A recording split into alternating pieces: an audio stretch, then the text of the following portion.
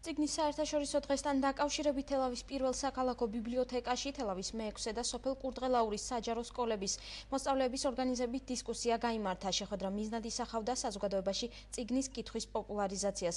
როგორც მე-6 საჯარო სკოლის მოსწავლე ვერიკო მაისურაძემ განაცხადა, დისკუსიის ორგანიზატორთა მიზანია მოუწოდონ თანატოლებს წიგნის კითხვისა და ბიბლიოთეკებში სიარულისკენ. შეხვედრა გაიმართა პროექტ მომავლის თაობის ფარგლებში, რომელსაც PH International ახორციელებს USAID-ის ფინანსური მხარდაჭერით.